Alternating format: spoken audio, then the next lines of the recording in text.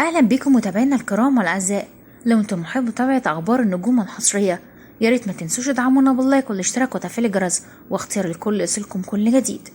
هناك علاقات المشاهير السرية التي انكروها ثم اعترفوا بها، وذلك بسبب ظروفهم مختلفة، سواء لارتباط احد الزوجين بزواج سابق او ابتعادا عن الاعلام. الا ان اخفاء علاقة سرية او زواج سري ليس بالامر السهل او البسيط، خصوصا عند المشاهير والنجوم الذين يتعرضون للملاحقة الإعلامية والصحفية طيلة الوقت. الفنانة أنغام والفنان أحمد عز.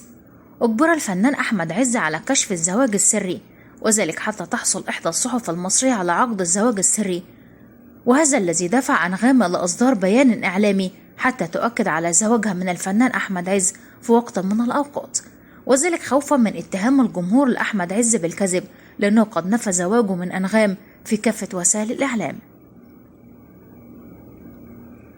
وأكد أيضا على أنه لم يكذب على الجمهور، وقام بتبرير زواجه سرا، منها على أن أنغام خافت على ذهاب حضانة ابنائها إلى طليقها.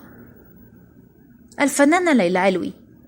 أكدت مصادر فنية زواج الفنانة ليلى علوي من رجل الأعمال منصور الجمال عم خديجة زوجة جمال مبارك نجل الرئيس المصري. وعلى الرغم من كل محاولات ليلى علوي التكتم على زواجها السري، غير أن تلك المحاولات باءت بالسر وباءت بالفشل.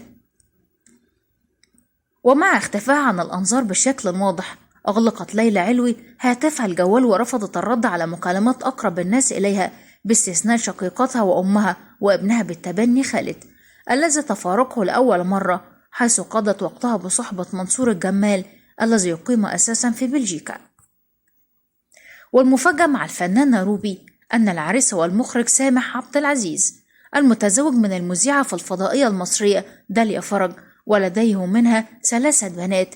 لذلك كان الأمر صعبا على سامح الذي اتفق مع روبي على إخفاء خبر الزواج عن الإعلام كي لا تعلم زوجته بالأمر، وبالفعل أخفي الأمر لفترة طويلة حتى قررت روبي الإفصاح عن الأمر بطريقتها الخاصة.